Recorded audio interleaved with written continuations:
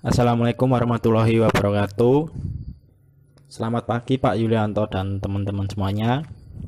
Kami dari kelompok 1 Fisika Statistik 2018A akan mempresentasikan materi yaitu statistik Fermi-Dirac.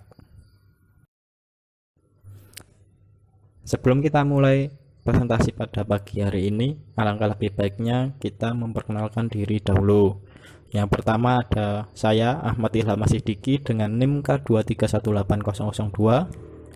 Yang selanjutnya ada Afiati Farokah dengan NIM K2318003. Selanjutnya ada Afifah Harwanti dengan NIM K2318004. Dan yang terakhir yaitu ada Afifah Nur Hidayatullah dengan NIM K2318005. Statistik Fermi-Dirac berlaku pada partikel kuantum yang berupa fermion. Fermion merupakan partikel yang nilai spinnya kelipatan ganjil dari H dengan H sama dengan H/2 atau tengahan. Selain itu juga fermion itu mengikuti statistik Fermi-Dirac. Selanjutnya fermion juga memenuhi prinsip larangan Pauli. Dan yang terakhir, fermion merupakan partikel yang mengalami interaksi.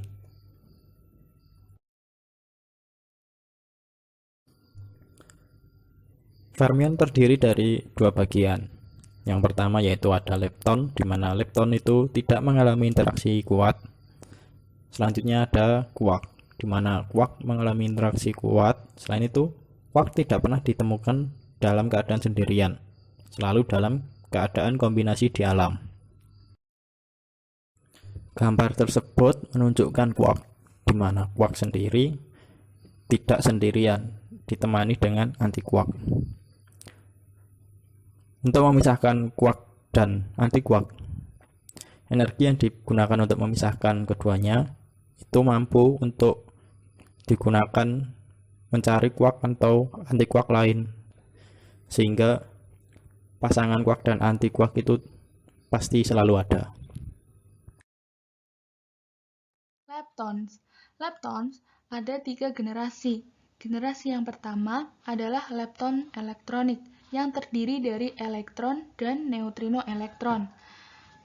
Generasi yang kedua adalah lepton muon yang terdiri dari muon dan neutrino muon. Dan yang ketiga adalah generasi lepton tauon yang terdiri dari tauon dan neutrino tauon. Nah, dari ketiga generasi ini, yang sering kita ketahui adalah lepton elektronik, yang terdiri dari elektron dan neutrino elektron. Sudah kita kenal pada fisika modern atau fisika inti ketika kita membahas peluruhan beta, bahwa teori peluruhan beta tidak sesuai dengan hasil eksperimen, sehingga Pauli menghipotesiskan adanya partikel baru hasil peluruhan beta yang disebut sebagai neutrino. Nah, maka dari itu, dari ketiga generasi ini yang familiar adalah lepton elektronik, sedangkan lepton muon dan lepton tauon jarang kita dengar karena mereka memiliki massa yang sangat besar, sehingga cenderung meluruh lagi menjadi partikel yang lebih ringan. Selanjutnya ada quarks. Quarks juga ada 3 generasi, yaitu generasi pertama up-down, generasi kedua Chomsky, generasi ketiga top-bottom. Seperti yang telah dijelaskan oleh Mas Ahmad tadi, bahwa quarks tidak pernah ditemukan dalam keadaan sendirian.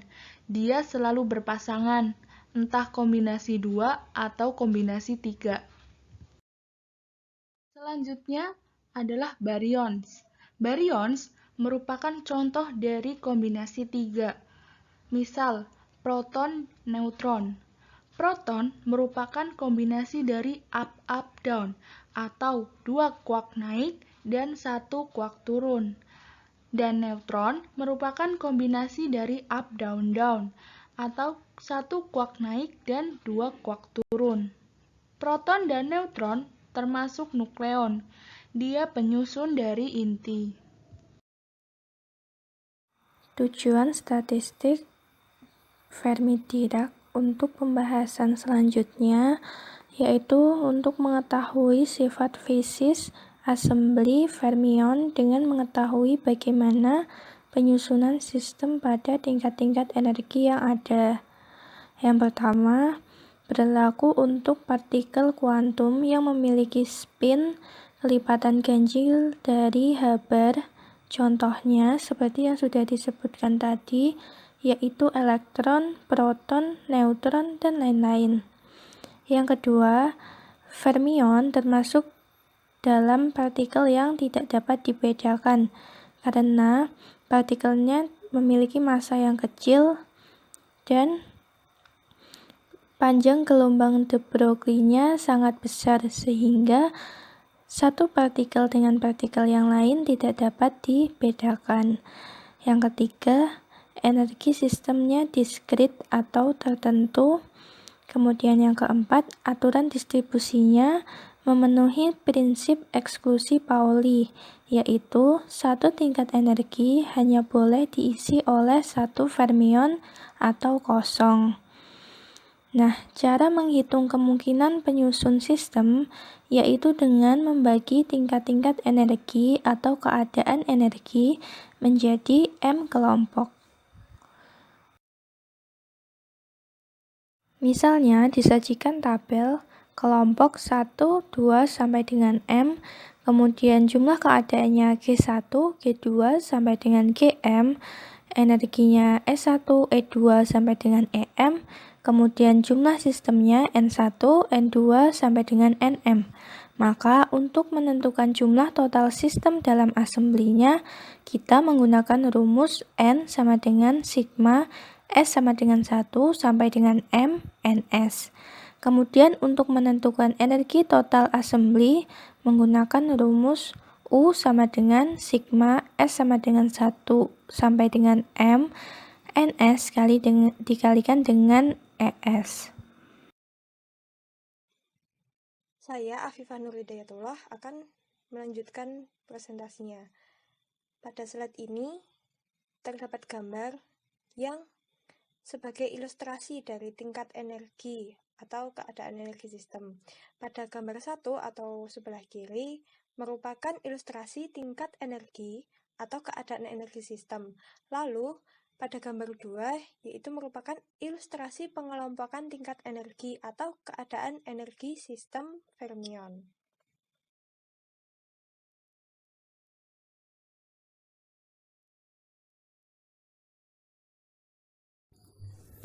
Konfigurasi dengan probabilitas maksimum tinjauan. Asembli fermion yang terisolasi di mana tidak terjadi pertukaran partikel dan energi antara asembli dengan lingkungan, di mana yang pertama tidak ada perubahan sistem atau jumlah sistem N konstan dengan do N sama dengan sigma, S sama dengan 1 hingga M, do Ns sama dengan 0. Yang kedua, tidak ada perubahan energi atau energi U konstan dengan Du sama dengan sigma S sama dengan 1 hingga M. Es do Ns sama dengan 0.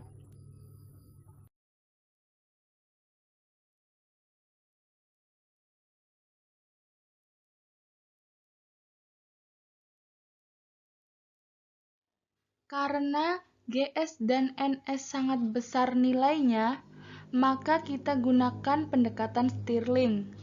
Pendekatan Stirling menggunakan metode deret. Kita ambil dua suku di depan saja. Untuk suku pertama yaitu ln Gs faktorial sama dengan Gs ln Gs min Gs. Kemudian suku kedua ln Gs min Ns faktorial sama dengan Gs min Ns ln Gs min Ns min Gs min Ns. Untuk suku ketiga yaitu ln Ns faktorial sama dengan Ns ln Ns min Ns. Selanjutnya, persamaan 8, 9, 10 disubstitusikan ke dalam persamaan 7, sehingga mendapatkan persamaan 11, yaitu ln W sama dengan sigma S sama dengan 1 sampai M, GS ln GS min GS, min GS min NS, ln GS min NS, min GS min NS, min NS ln NS min NS. Kemudian dioperasikan dan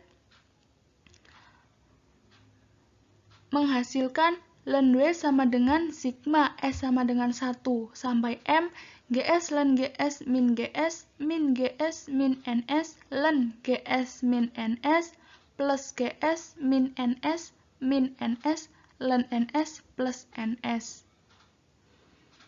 Kemudian min GS plus GS 0 dan min NS plus NS 0, maka didapatkan persamaan 12, yaitu ln W sama dengan sigma S sama dengan 1 sampai M, GS ln GS min GS min NS, ln GS min NS, min NS ln NS. Selanjutnya, mencari ln W maksimum. Untuk mendapatkan ln W yang maksimum, maka persamaan 12 harus didiferensialkan terhadap NS, sehingga diperoleh diferensial dari ln W terhadap NS sama dengan diferensial persamaan 12. Nah, persamaan 12 ini kita dapat memecahnya menjadi 3 suku. Suku pertama adalah yang warna merah, kemudian suku kedua yang warna hitam, dan suku ketiga yang warna hijau. Masing-masing suku didiferensialkan terhadap NS. Dan masing-masing suku tersebut memiliki komponen GS dan ln GS, sehingga menggunakan U aksen V plus UV aksen. Hasilnya adalah pada baris terakhir. Setelah mendiferensialkan menggunakan U aksen V plus UV aksen pada masing-masing suku, maka kita dapatkan sigma S sama dengan 1 sampai dengan M, 0 min 1 ln GS min NS ditambah GS min NS dikalikan dengan 1 per GS min NS dikurangi 1 dikalikan ln NS dikurangi NS dikalikan dengan 1 per NS, di mana yang merah adalah suku pertama, yang hitam adalah suku kedua, dan yang hijau adalah suku ketiga. Selanjutnya, dari turunan tersebut didapatkan sigma S sama dengan 1 sampai dengan M ln GS min NS plus 1 min ln NS min 1. Plus 1 di sini dan min 1 dapat dihilangkan, sehingga menjadi sigma S sama dengan 1 sampai dengan M ln GS min NS min ln NS. Nah, bentuk tersebut dapat diubah menjadi sigma S sama dengan 1 sampai dengan M ln GS min NS dibagi dengan NS. Dengan demikian, turunan ln W terhadap NS adalah sigma S sama dengan 1 sampai dengan M ln GS min NS per NS. Dari persamaan 13 dapat dituliskan delta ln W sama dengan sigma S1 sampai M GS min NS dibagi NS. Lalu dengan menggunakan pengali Lengre, karena ada dua syarat batas yaitu energi assembly konstan dan jumlah partikel yang konstan, di mana energi assembly konstan merupakan parameter beta dan jumlah partikel yang konstan merupakan parameter alfa, lalu persamaan tersebut disubstitusikan dan menjadi persamaan ke-16. Di sini persamaan ke-16 harus 0. Jadi substitusi pada persamaan 16 itu harus berlaku untuk delta NS, entah berapapun nilai delta NS-nya.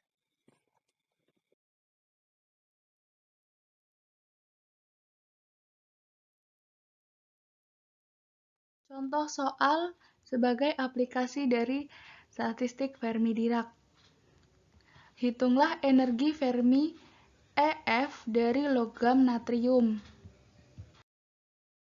Penyelesaiannya, karena setiap atom natrium menyumbangkan satu elektron valensi, maka jumlah elektron per satuan volume N per V sama dengan jumlah atom natrium per volume.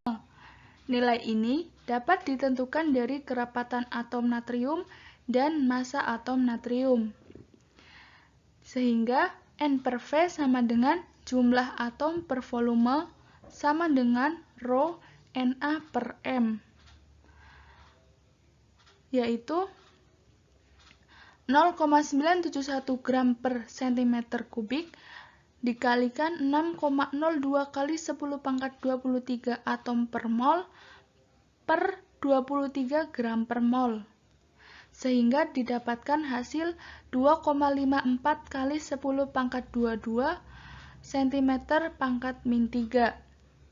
Kita ubah menjadi meter pangkat min 3, yaitu menghasilkan 2,54 kali 10 pangkat 28 meter pangkat min 3.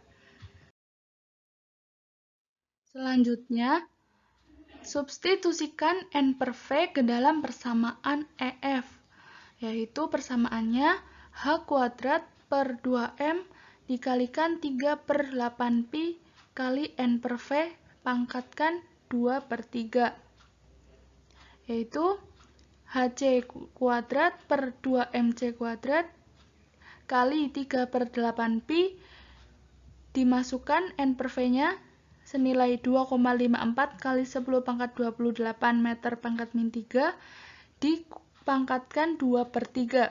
Kemudian dioperasikan, maka menghasilkan 3,15 eV. Sehingga energi Fermi dari natrium sebesar 3,15 eV.